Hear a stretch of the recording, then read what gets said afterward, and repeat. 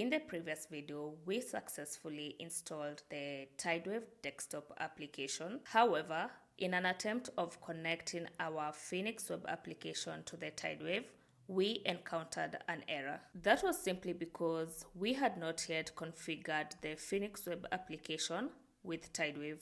If you're new to the channel, please subscribe and I will help you become knowledgeable in Elixir. If you've been here, help me share the video.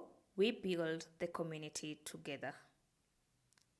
In this video, we shall focus on configuring Tidewave with our Phoenix web application. We shall do this by going through the Tidewave installation process, following the steps as included in the Tidewave documentation. In my case, I'm working with the Phoenix web application. Therefore, I will go directly to the link Tidewave for Phoenix.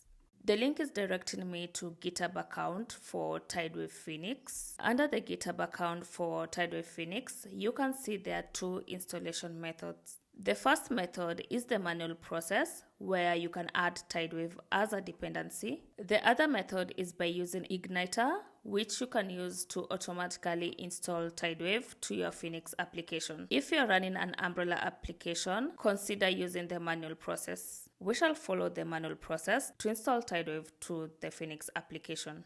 The first step is to add Tidewave as a dependency to the mix file. Then we run the mixdeps.get for the dependency to be fetched and for the log file to be updated with the new dependency. We have an error. The error is about the plug dependency. Lock defines plug 1.16.1 and Tidewave depends on plug 1.17 and later. I'll just fix this by updating all the dependencies.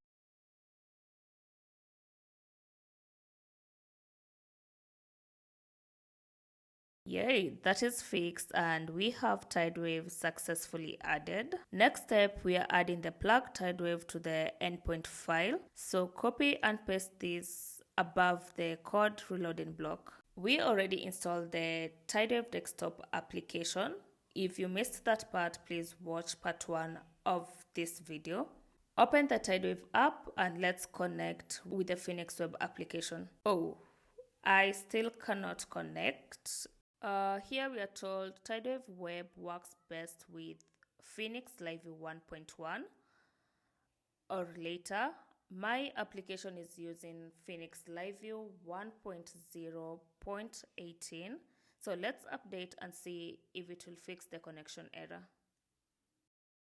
With the live view updated, we also need to add the option defined below in the config dev.ex file. If you're using Phoenix 1.8 and above, you don't have to stress about this option. It's already included by default. Let's restart our server and connect Tidewave to the application. Please note some of the errors that are faced during the installation process. You might not face them, more so if you're using the Phoenix Live 1.1 or later.